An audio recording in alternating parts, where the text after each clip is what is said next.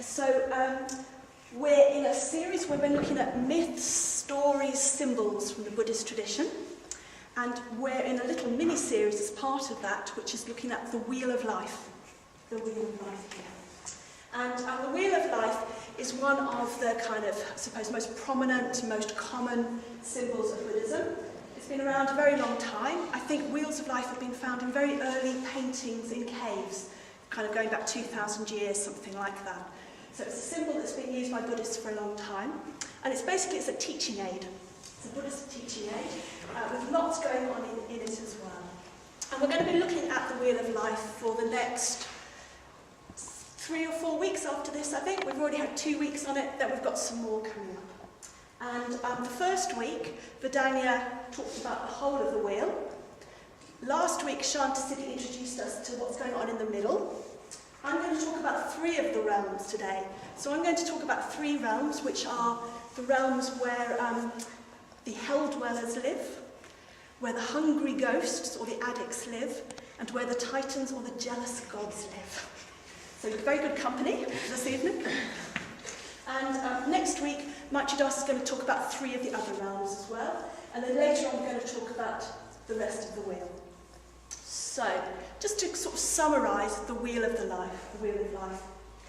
So basically, what's going on here is it describes how we go round and round. You know, sometimes life can feel a bit like we're just caught, that we just keep going round and round in the same old habits, get stuck in a rut, that it's really hard to get out and do something different.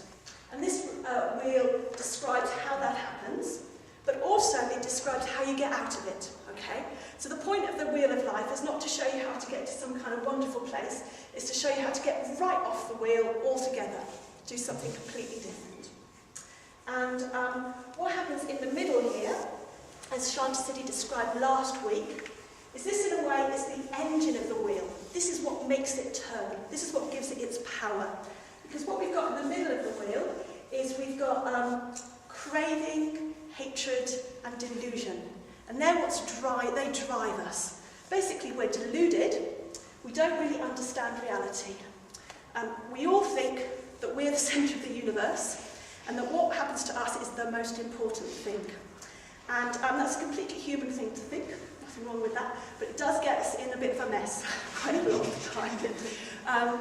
And basically what happens, because we have this delusion that we're separate, we've got a delusion that things can last forever and that we're so important, we can react to the world with craving. We want it to be different. We want to grab onto happiness. Anything that gives us a bit of pleasure, we want to grab it and grasp it and own it and make it our own. Anything we don't like, we want to push it away. We push it away with aversion or hatred. Okay? And that gets us, as I said, in a big mess. It gets us in all sorts of horrible emotional states, and those emotional states create a reality. Okay? So that's what's going on in the middle. Those are the emotional states that are creating different realities. And these 6 realms here are kind of, they are those realities, those psychological or perhaps even real realities that we can create for ourselves.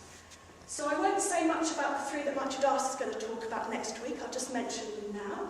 But basically there is, he's going to talk about the animal realm. The animal realm is where what we care about is food, sex, being comfortable. The animal realm, interestingly, also is one where there's a lot of fear. There's a lot of fear in the animal realm. Animals, wild animals are scared a lot of the time.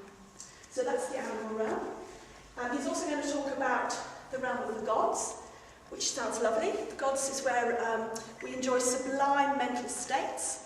Perhaps it might be because we're meditating. It might be because we happen to be enjoying beautiful things in life. And then the other realm he's going to talk about is the human realm. And the human realm, there is some suffering, there is some happiness, but neither is so strong that we can't get out of it. What's great about the human realm is we can use our self-consciousness, our awareness, this ability we have to think about ourselves and our predicament. We can use that in the human realm to get out altogether. Okay, but I'm going to concentrate, as I said, on 3 of those realms. And I've got a little story, which, so a lot of what I'm going to talk about comes from this book. So if you're particularly interested in the Wheel of Life, there's a book by somebody called Kulananda. And it also comes from a talk which I got from Free Buddhist Audio.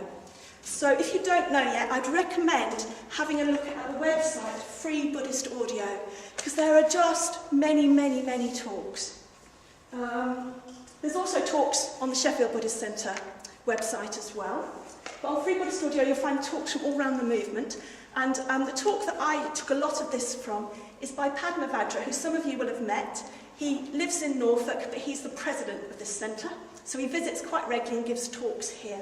And he's given a really fantastic couple of talks about these different realms. So I'd really recommend that if you want to find out more about it. Okay, so just to put a bit of kind of flesh on the bones of these realms, in this book there's a really great little story about John. Okay, so John comes home from work from one day, really happy at last, he's at home, work's over, he sits down, puts on some Beethoven, and just finds himself going into this kind of completely sublime state. He feels at one with the music, really happy, not even aware of himself. He's just really enjoying the beauty of the music. So he's there in the heaven realm. So that's John in the heaven realm. But after a while, the music comes to an end, as music does, as all things do. It comes to an end, and he finds himself a bit lost. What's he going to do? So he starts looking through a magazine, and in the magazine there's this really fantastic computer. And it comes, with loads of really great software. He'll be able to do all sorts of great things with this computer. And he starts to really, really want the computer. And he starts to think, if only I get this computer, then everything will be all right. This computer, when I get it, I will be happy. I know that this particular computer will make me happy. I know it's very expensive, but I want it, I need it. It will make me feel really good. So he starts to think about the computer. So that kind of thinking about something, that it's going to make us feel really good, that's the realm of the hungry ghosts. As he starts to think about it, he thinks about, well, how am I going to get any money? I've just spent £1,000 going to New York, took my girlfriend Jenny to New York, haven't got any money left. How can I get some more money so I can get the computer? And he thinks, at work, there's this guy called Bill, and both me and him are going for promotion. If I got the promotion, then I'd have more money, and then I could buy this computer. But, I'm competing with Bill. However, it's a bit of a dog-eat-dog world, isn't it? It's really more important that I get that job. If I tell my boss a few things about Bill, what he was like at that weekend when we went away, then I will get that promotion. So that's the realm of the jealous gods, the realm of a very competitive realm. Okay, so he's a bit kind of thinking like that actually hasn't made him feel that comfortable. So he's feeling a bit kind of whatever. So he drifts around the house for a bit, and he sort of goes to the fridge, gets out a bit of food, some nice crisps and stuff like that. He goes and sits in front of the telly, watches a bit of telly. There's like a really attractive woman on the telly. It's all like, so he's very comfortable, and he's just in the realm there of the animals. He's just kind of like, his senses are what's important to him then. The phone rings. He wakes up from watching the telly, and for a minute he goes, oh my, what have I been doing? What am I thinking about that thing about Bill? What am I doing just spending my time watching mindless telly and thinking about computers? What I really want to do is I want to write that novel I've been meaning to write. I just want to kind of get on with things. So so that's there he is in the human realm. Okay, he's being creative. He's thinking about his life from a higher perspective. The phone rings. He goes to answer it. It's his girlfriend Jenny. And he says, she says to him, look, I'm sorry, John, it's just not working out for us at the moment. I didn't enjoy New York. It was a really bad trip. You're just a dreamer. You say you're going to write a novel. You never write it. You never get around to it. And actually, I've been spending a lot of time with a colleague, Bill. He's such a great guy.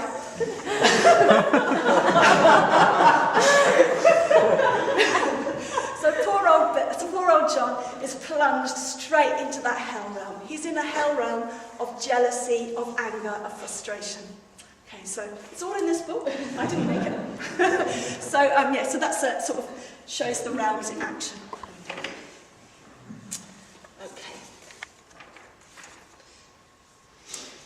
So, let's start down in the hell realm. Let's start in the hell realm where the hell dwellers live. So, the hell realm actually is, it's full of tormented beings. It's full of anguish, it's full of despair, it's full of pain. It's full of extreme suffering. Interestingly, Buddhist kind of, particularly Tibetan kind of pictures of this realm are very much like the Christian hell, in that there are poor people being tortured by loads of kind of horrible demons and things like that. It's quite interesting. But really what it represents, well, it's interesting that in Buddhism there's both hot hells and cold hells, which I think is quite interesting. But I think hot hell for me is often the kind of hell that is caused by anger or hatred. I mean, anger, if it burns away, is okay, isn't it? But if hatred and resentment, if you live with that a lot, that can feel like being in hell. It can feel like you're burning up with this hatred and this anger and resentment towards other people. It can feel like you're in the dark as well. So I think those pictures of, like, you know, beings on flame, surrounded by darkness, describe a particular state of mind that we probably all know quite well. Or there's other types of hell, aren't there? There's the hell of being deeply depressed. There's the hell of being very anxious, very grief-stricken. That can be hell as well. We can really suffer greatly there. But traditionally it is said that the sufferings that come from hatred, from ill will, they're the worst ones. Because what they do is they disconnect us from other beings. So it's interesting that a bodhisattva, someone who's really who's made a decision they want to gain enlightenment for all sentient beings, someone who's quite far down the spiritual path, it's much worse for them to experience anger or hatred than it is for them to experience craving. Because of this thing, as I said, that anger cuts us off from other people, it disconnects us from other people. At least if you're feeling a lot of craving, you're in some way connected to other beings, whereas hatred can just make us so kind of lonely. So these are hells that are created by our minds. Okay, they're not. It's interesting. I think for me, I became really clear of how much hell is created by our own minds a few years ago, when a situation was seen very differently by me and my sister. So my dad at that time was had to be locked up in an elderly mentally ill unit, which is where people who've got dementia and other mental illnesses have to go if they're violent, basically, and there's nothing else you can do with them. They get locked up, and to me, that was hell. So going to see my dad there was like going into hell. I'd sit in the car outside, just kind of really not wanting to go in. Because it just like, you know, people were violent and aggressive in there. There was all sorts of horrible things going on. It wasn't very clean. It was just a really horrible place. I saw it as hell. But my sister, on the other hand, was really comfortable there. In fact, she lived quite close by, and she could go every day. Not every day, but most days, she'd go after work and she'd sit with my dad and she would chat to the staff, and she made it a really quite nice place to be, because she didn't have all these ideas about how it should be. And I just thought that's really interesting that this was like literally hell to me, but to Debbie, my sister, it was fine. She was quite happy there. So I think it shows how that even things that seem quite objectively very horrible can actually not always be hell to somebody else. Okay. So there's two things when we're talking about hell that we might kind of slip into. That's not the Buddhist meaning of hell. The first is the Christian idea that people get punished. Okay, you've been bad, you go and see God, I think. Go see St. Peter. And St. Peter looks at everything you've done in your life, and if you're bad, you go to hell forever, and you're in torment in hell forever, and that's your punishment for being a bad person. Now that's not the Buddhist idea at all. The Buddhist idea, it is our mental states that has created our hell. It is temporary. Those we will change, and it will change. And we're not being punished. It's not like there's anybody punishing us. It is self-created. The second idea that sometimes people have is that all this suffering comes from bad things that people have done in previous lives. So it can be seen as a kind of, what people might understand karma as being is, you know, someone's in a terrible situation, they're suffering terribly, maybe their child has got terrible illness or something, and it's because in a previous life they did something really bad. That's absolutely not the Buddhist way that we see karma. Buddhism has various different levels of conditionality of why things happen. Basically, we don't know. Why things happen is really, really complicated. It's very difficult to know why things happen, because it's such a web of conditions will lead to something happening. And there are many levels on which it can happen. One is the spiritual or the psychological, but there are definitely levels which are just biological or just physical. Somebody is in an accident, it's simply because they were in the wrong car at the wrong time. Okay? It's not because they did something bad that led to that suffering. I think it's really important that we get our heads around that, because a kind of very common idea of karma in our society can be that it's because that people sort of deserve whatever suffering they have. And actually I think that's very much more a kind of Hindu idea of karma that's been used in India with the caste system there, that people are born into a particular caste system. They mustn't do anything about it, because that's their karma, to be in that particular caste system. And what a wonderful method of social control that is. That's just a really great way of having people do what you want them to do. Actually, as was the Christian idea of hell. That's a really good way of social control as well. It's like, do what you're told, stay in place, because if you don't, you're going to burn in hell. So, so definitely Buddhism's got a much more kind of sophisticated idea of why things happen, why we find ourselves in particular places. But my experience definitely is that if I'm in a particular mental state, for instance, if I'm very angry, if I'm really kind of resentful of something, I will cause myself suffering, and I'm likely to cause other people suffering as well. So that is how we create our own hells. Okay. So, if you find yourself with overwhelming suffering, whether it's from anger, grief, depression, or you're with somebody else who's having overwhelming suffering, what do you do? In each of these realms that we're talking about, traditionally, there's a particular figure who comes and gives help in each of those realms. And these figures are different manifestations of Bodhisattva called Avalokiteshvara. Avalokiteshvara is a Bodhisattva who represents compassion in the world.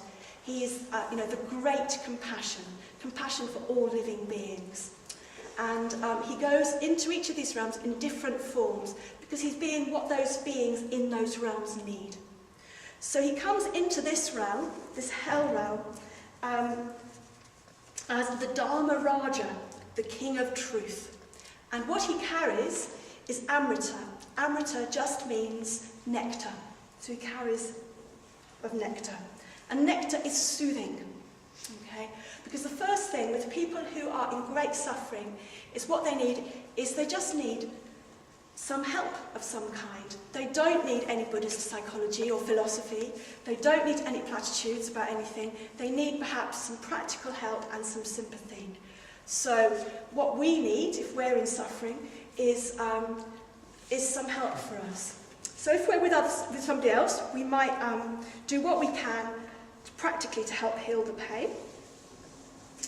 But if it's ourselves, what we can do for ourselves is we can also give ourselves sympathy. And sometimes that can feel to us like it's indulgence. Having compassion for ourselves when we're suffering can feel very indulgent, bizarrely, because actually it's deeply practical. It's deeply practical. How can we start to heal if we don't have compassion for ourselves in this place of suffering? So for instance, if I get really angry about something, and I'm really getting heated about it, I might find myself then being angry with myself for being like that, okay? And what I might do then is I start to cut off from other people, actually. It's a bit like I kind of withdraw from other people. And what I found from my experience is if I can be with myself in that situation, bring some awareness to that situation, and then some kindness to myself in that situation, I can actually help myself to behave more in a way that I would like to behave. So I don't cut off from other people, I don't get defensive in the same way. So I've got an example, it's not a very huge example really, but it's just one time when I was driving somewhere, I was very late, and started to tell myself off about it, being late. And I realised that if I continued to tell myself off about being late, I would arrive at the place I was going, which was a party, in a really defensive state, and I'd probably be a bit funny with the people there because I was feeling all funny about myself because I was late. So I gave myself quite a lot of compassion as I was driving along. I was just thinking, well, I hate the fact that I'm late. I'd like to be on time for my friend's birthday party, but I'm not. That's quite a horrible way to feel, actually. I had some sympathy for myself that I was suffering this feeling of not living like I'd like to. And that meant that by the time I got to the party, I actually felt very connected and could give my friend a big hug. And so could be a much nicer person at the party than I would have been if I turned up really kind of defensive. You see what I mean? I mean, that's not really an example perhaps from the hell realm, but I think it shows how self-compassion can really help us to actually get ourselves in a situation where we can start to heal a little bit. Yeah. Actually, I've said, yeah, it's interesting. I've written here, whether your anger manifests, if it's anger that you're healing, whether it manifests as shouting at people, or whether it manifests as a kind of passive aggression, which I know very well, a little bit of loving kindness to yourself can actually help you either not shout or not do the whole sulking thing and expecting everybody to know what's going on with you and kind of all that stuff.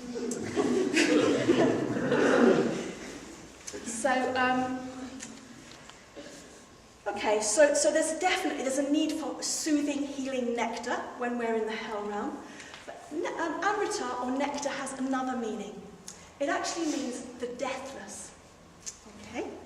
And it means the deathless, not at all in any kind of sense, a temporal sense, which means that we don't die. What it means is we transcend death. We transcend the whole idea of birth and death.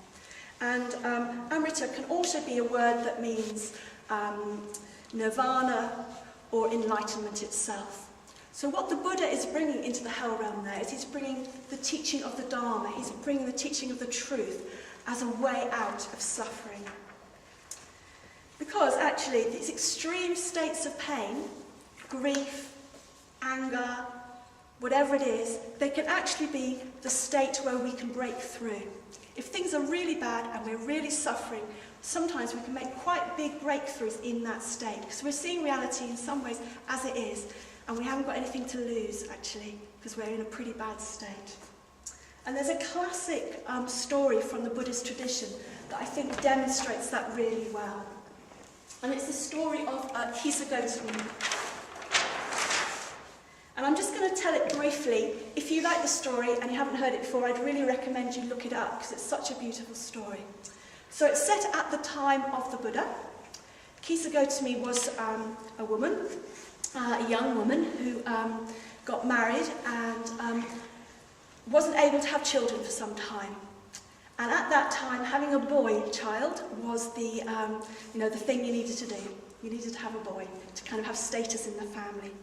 Time went on, she wasn't having a child. At last she got pregnant and she gave birth to a little boy. So there's a lot of happiness. And actually Kisagotami's status immediately went up because she was the mother of a son. And she had a very happy time. For some months, the baby grew well, she had a lot of status, she was very happy. But then sadly, when the baby had just started running about, he got very ill and he died. So in one go, she had lost her son, her heart, and she'd lost her status in the family as well. She'd lost everything, she thought.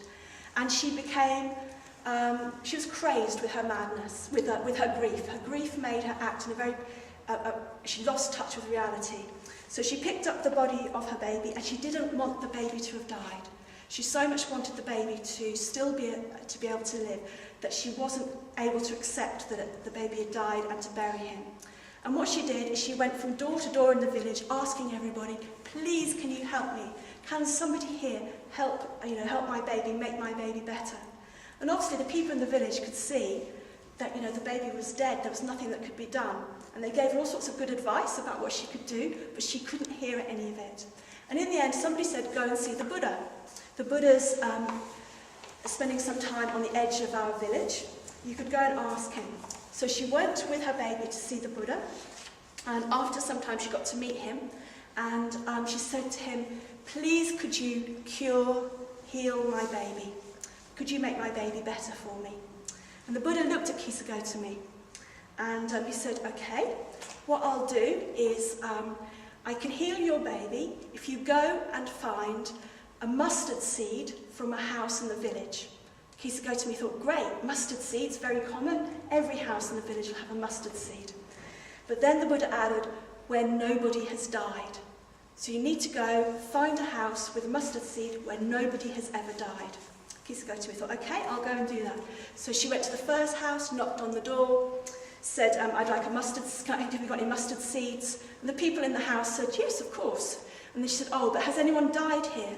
And the people in the house said, well, yes, my mother-in-law died last year. So Kisagotami obviously couldn't take that mustard seed. So she went to another house, very similar story. After the mustard seed, the people said, oh, well, of course, yeah, my cousin died here just a few months ago. And it was the same in all the houses that she went to. And as Kisagotami walked around the village, going from house to house, she gradually began to realise for herself that everybody everybody dies, that impermanence is part of existence, and that her grief, strong though it was not a completely unique grief to her. It was a grief that we all share as human beings. And she was able to see that her child had died. She was able to go and give her child a burial.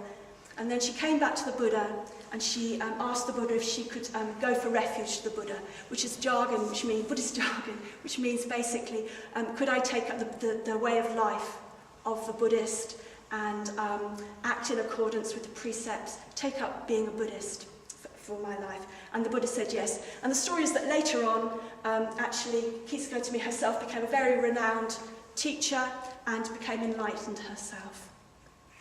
So why I love that story is because I think the Buddha was incredibly skillful. I think it really shows his kindness and his skill. Because he didn't say, come on, Kisagotami, impermanence, that's one of the 3 lectures. Don't you know that? Everybody dies, come on, get over it, kind of thing. In fact, he didn't tell her anything. What he did was he let her discover that truth for herself from her own experience. And I think that's really the only way that we grow, isn't it? It's like we discover it from our own experience in life as we go around. And I think his kindness somehow held her as well, that she was able to go and do that and then to come back to him afterwards. And I think it shows that, it was from her extreme suffering. Because perhaps if Kisagotami's son had lived, it wouldn't have been until some years later that she might have wanted to come across the Buddha and listen to his teachings. It was from her extreme suffering that she was able to see very clearly some of the reality of life.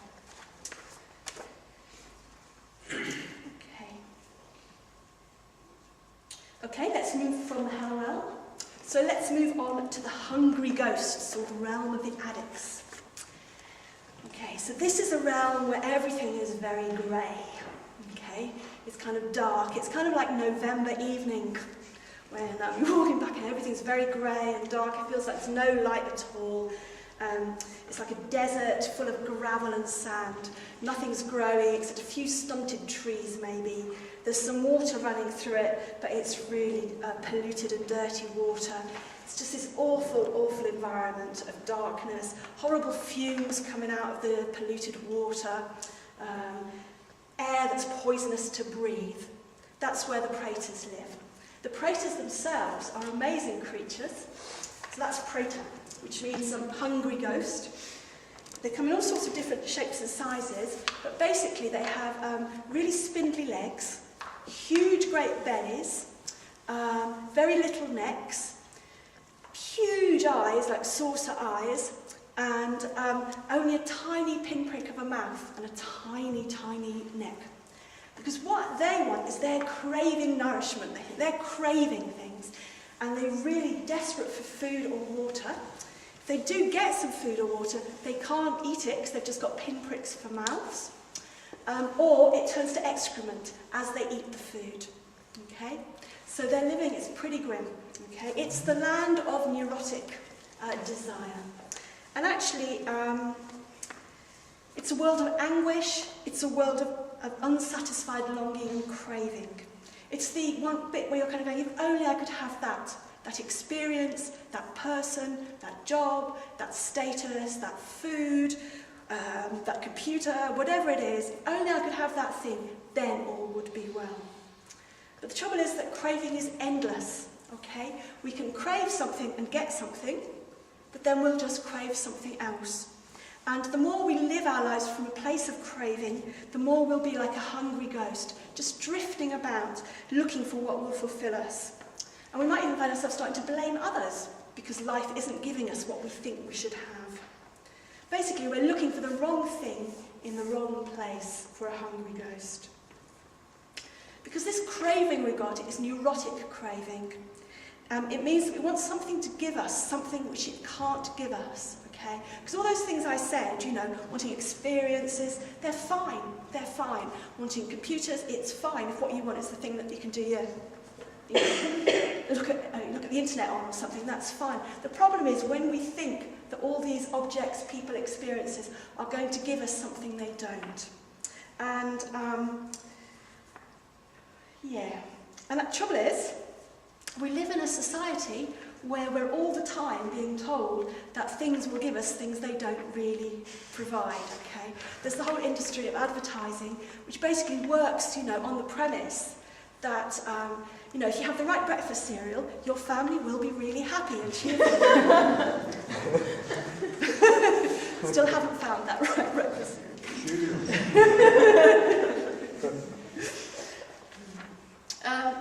So basically, you know, we live in a culture where that craving is encouraged. More growth, that's what we need, okay? We need to be consuming more for the sake of our country.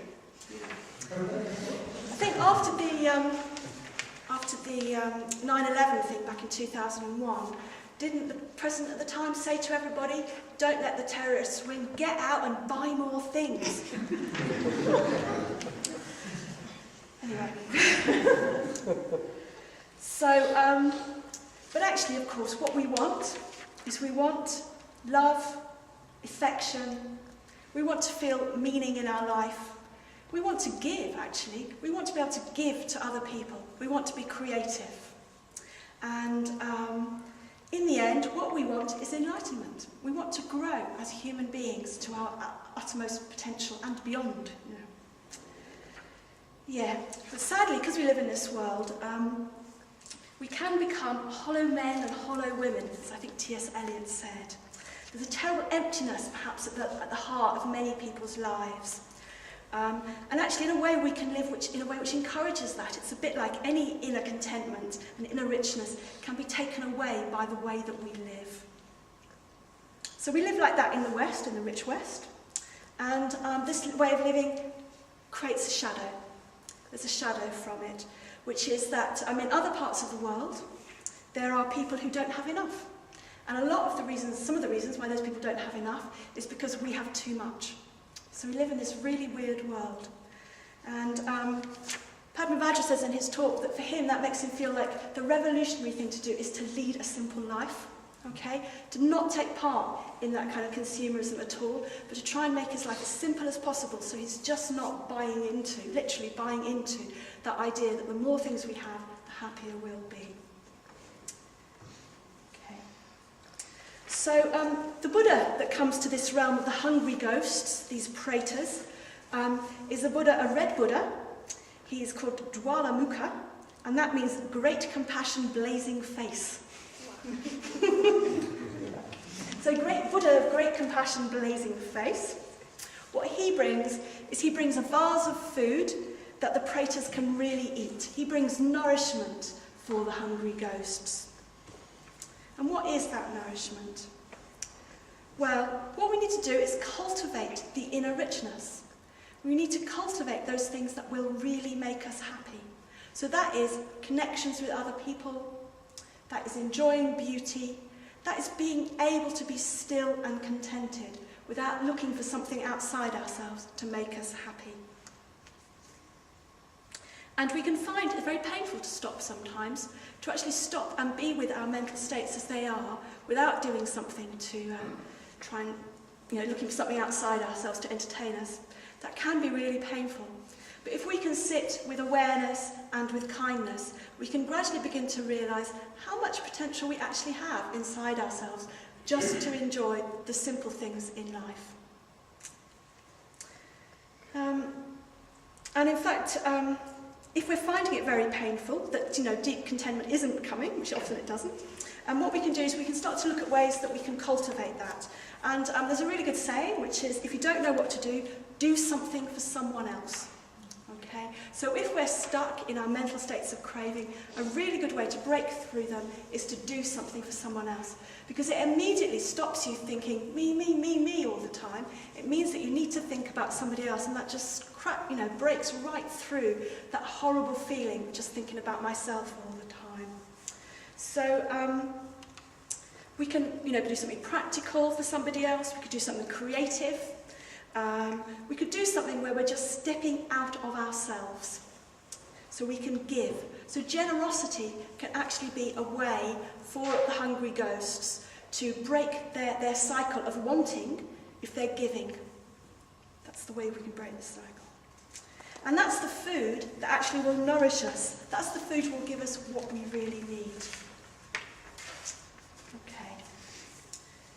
So we've seen that in the hell realm, what we can do is we can give compassion and love to ourselves and other people. And that in the hungry ghosts and the praetors realm, what we can do is we can give in some practical or creative way that will break through that cycle of craving. So let's go into the realm of the Titans, or the Asuras, Asura, or the jealous gods. So this is a military state of warfare, continual warfare. It's a state of sexual polarization as well, because male Asuras are very big, very strong, they wear armour, but they're very ugly, but they're very big and strong. And apparently female Asuras are very sort of voluptuous and kind of very overtly sexualised, but when they come across a human male, they have their way with him and then they eat him all up. So watch out. So, if you know Lord of the Rings, the orcs in the Lord of the Rings are very good examples of Asuras, actually. They're bred to be military effective. So I kind of that's what I think an orc looks like. Well, sorry, what I think an Asura looks like is the orcs in the Lord of the Rings. So the gods are in constant warfare. They're in warfare with each other, but they're also in warfare with the gods. So if you remember, I said that the gods is around where beings experience a lot of pleasure, a lot of happiness. And that's partly because they've got a wish-fulfilling tree in their realm. So the gods have got this lovely tree which will give you whatever you want. So if you want some food, the wish-fulfilling tree will give you some food.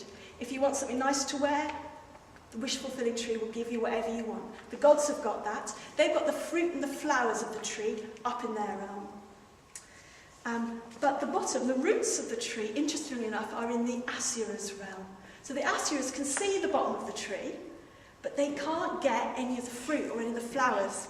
So they get really frustrated, and that's why they're always at war with the gods. They make war with the gods to try and get their hands on the wish-fulfilling tree.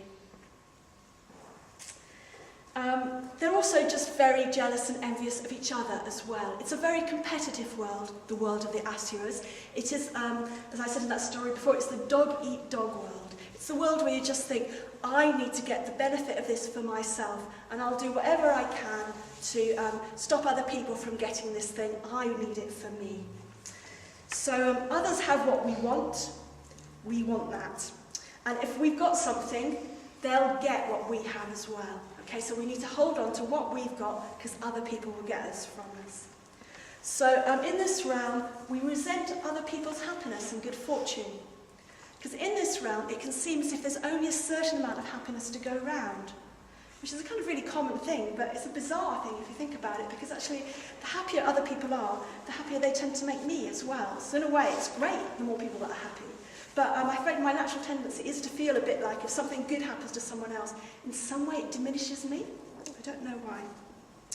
So this is also a world that we'll recognise from our society. Many corporations, businesses, the world of politics, I imagine the world of celebrity, all run on this kind of way. Yeah, where there's a lot of pressure for productivity, there's a lot of competitiveness. It's completely natural that you'd want to put your colleagues down in order to get their jobs. Of course you would. Why wouldn't you do that? That's the kind of way that people think in that world. And really that our happiness and fulfillment will come in overcoming the other. So in a way, it's not actually so much that we want the promotion or we want whatever it is. What we want is we want to be better than the other person. That's the important thing in that realm. So back in the 6th century, a Chinese Buddhist teacher described the asuras as always desiring to be superior to others, having no patience for inferiors, and belittling strangers, like a hawk flying high above and looking down on others, and yet outwardly displaying justice, worship, wisdom, and faith. This is the raising up of the lowest order of good and walking the way of the asuras. And it's interesting that apparently Machiavelli, who wrote the book, the guidebook for being an asura, which is called The Prince, which I think is from kind of 15th century Italy, sometime then, a very competitive time. What he said is that that in this, for him, compassion and wisdom are, particularly compassion, is just another strategy. Okay? So the great ruler should not really possess the qualities of wisdom and compassion, but he should seem to, particularly if and when it will further his own ends. If it will not, he should simply abandon such qualities right on the spot. So, in this realm, it's really painful. It's a realm of envy, constant warfare and conflict. You can't trust anybody. Everyone's going to stab you in the back, walk out of a room, everyone's going to start talking about you. That's the world of that. And, of course, the dark side, well, I mean, obviously that's a very painful way to live anyway, but I think being in that way is often when we are actually hiding a terrible loneliness at the heart of it. It's vulnerability. And we encase it in this armour because we think it's the only way that we can survive is by being very competitive. And I think a few weeks ago, Vidania talked about about Margaret Thatcher as an example. And I think obviously her way of politics was definitely in this realm. But there came the very sad time when her colleagues threw her out. And there's a very sad bit of television you can see of her crying. She can't believe that she's been thrown out of her position of power. And that is what will happen to all asuras, all gods, jealous gods in the end. They will lose their power. That's the way that it works. I think somebody said that no politician has a good end to his career. It never ends well. Okay, so we can achieve absolute power, but we will be very lonely with it. And okay, now maybe we're not here trying to, rule the country or take over the whole world or anything like that. But we will have our own ways that we are competitive with other people, our own pettiness. If we're excessively critical, prone to fault-finding in other people, this could be a realm where we live quite a lot. And actually, I think I live quite a lot of my time in it in a very small way, actually. I've become more aware recently of how much envy I can feel for other people when, just little things happen, really. It's how painful and awkward that can feel. It's anything where, it seems like if something nice happens to somebody else, for some reason it takes it away from me. I think that's the realm that we're talking about here. And the thing about that is it's just really painful. It's just a really painful place to be. So the Buddha, the Avalokiteshvara comes to this realm, and he comes wearing armour and carrying a sword, which kind of seems unlikely, doesn't it? But he comes with power. Because actually, asuras, jealous gods, titans, they appreciate power. So he comes with a sword and armour because they like swords and armour. Appreciate that. But what he does is he reminds those beings in that realm about the virtues of moral restraint, of ethics, actually of ethics, that they can use their power, but for good. Okay? Because we can sometimes think that the spiritual life is a very kind of a bit of a wishy-washy one. Perhaps, I don't know.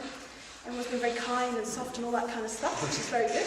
But we also need a lot of energy. We need energy if we're going to do anything. And the energy of the asuras is really positive. We can use that energy. It's a bit like we can use our competitiveness with other people, that kind of energy we've got, to compete with ourselves.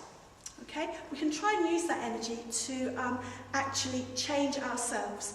And there's a quote from the Dhammapada that I don't know exactly, so I'll put it in here. The Buddha says, Though one might conquer in battle thousands upon thousands, he who conquers himself is truly the greatest in battle. So though one might conquer in battle thousands upon thousands, he who conquers himself is truly the greatest in battle.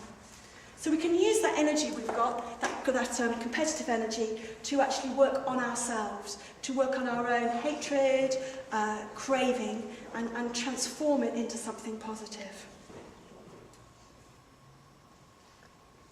Okay. And something I've started to do recently when I find myself in that realm of competitiveness is giving away the victory. So what I mean by that is if I find that I'm having a conversation with somebody and they're telling me about something they do really well, and I can feel in myself rising this kind of thing. I want to tell them all about the time when I did that really well. Do you see what I mean? It happens quite a lot in another job I do, as well as here, but I'll find myself with people from different projects or something, and they're telling me about them, and I just want to tell them how what I do is the best. And actually, it really disconnects communication between me and those other people, because it's not a conversation, it's like a competition we're having then. We just have to keep upping it, you know how good we all are. So what I've tried to start doing now is when I find myself in that situation, is to give them the victory. So I don't mean to do that in a horrible way, I just mean, look, just let go of me thinking I'm brilliant and listen to them. I might learn something, you know. And I definitely don't mean in that that I try to, if something's wrong, I think something's wrong, I'm not going to let it go. It's more that I'm going to try and let go of that sense of me building my ego by thinking I'm right. Do you see what I mean? So if something, I thought something unethical was happening, I hope I'd say it, but I try and let go of that sense of me kind of going, I'm really brilliant, and the way I do things is really brilliant. So, so that's what I mean about giving away the victory. Okay, so we've come to the end of our tour of these three realms. And I suppose, although it's not traditional Dharma, what did strike me as I went through these realms is how giving and generosity can help us wherever we find ourselves. So if we find ourselves in hell, we can give ourselves love, we can give other people love and compassion. If we find ourselves craving, we can break through that whole craving cycle by giving others, giving our time, just giving somebody what they need, giving something to somebody else. And if we find ourselves in a very competitive, envious frame of mind, well, we can just give the other person the victory.